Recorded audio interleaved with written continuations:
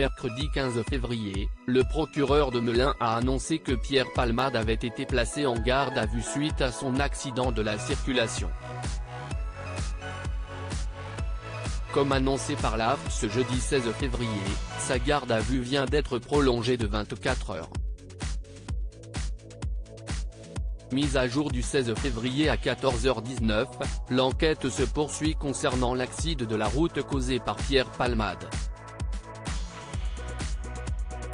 Ce jeudi 16 février, on apprend par le biais de l'AFP que la garde à vue du comédien vient d'être prolongée de 24 heures. Selon des informations de BFM Télévision, il aurait assuré avoir très peu de souvenirs de l'accident. Il a confirmé avoir consommé de la cocaïne avant de prendre la voiture.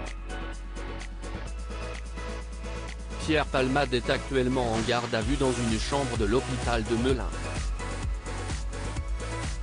Il n'a aucun contact avec l'extérieur. Les fenêtres sont bloquées et la seule porte est gardée par des policiers. Seule son avocate est autorisée à le visiter.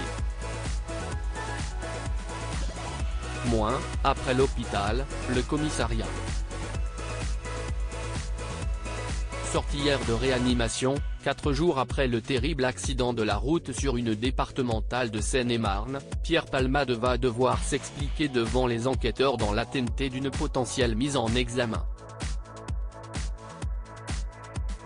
Le procureur de Melun a en effet annoncé que l'humoriste avait été placé en garde à vue ce mercredi un peu avant 14 h, dans le cadre de l'enquête ouverte pour homicide et blessures involontaires.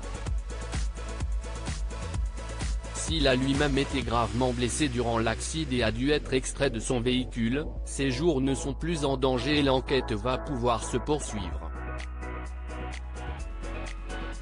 La situation est en revanche toujours grave pour les occupants du véhicule qu'il est venu percuter à contresens cette départementale de l'Est francilien, alors qu'il était vraisemblablement sous l'influence de cocaïne et de médicaments.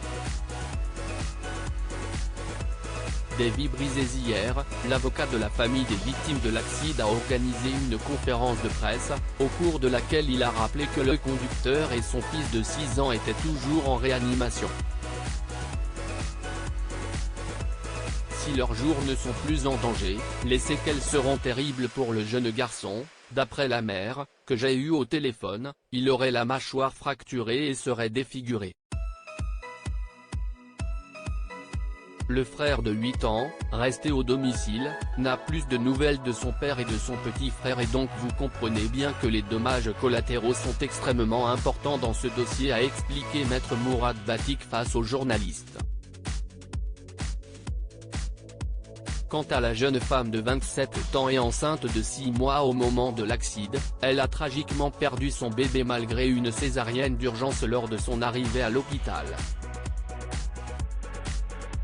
De son côté, la première réaction de Pierre Palmade a été formulée par sa sœur après sa visite à l'hôpital: il est catastrophé, il a honte. L'idée d'avoir détruit la vie de cette famille le dévaste. Il prie vraiment. Il ne pense qu'à eux. Il assumera toutes les conséquences de ses actes, a-t-elle indiqué. Des conséquences qui pourraient être connues prochainement.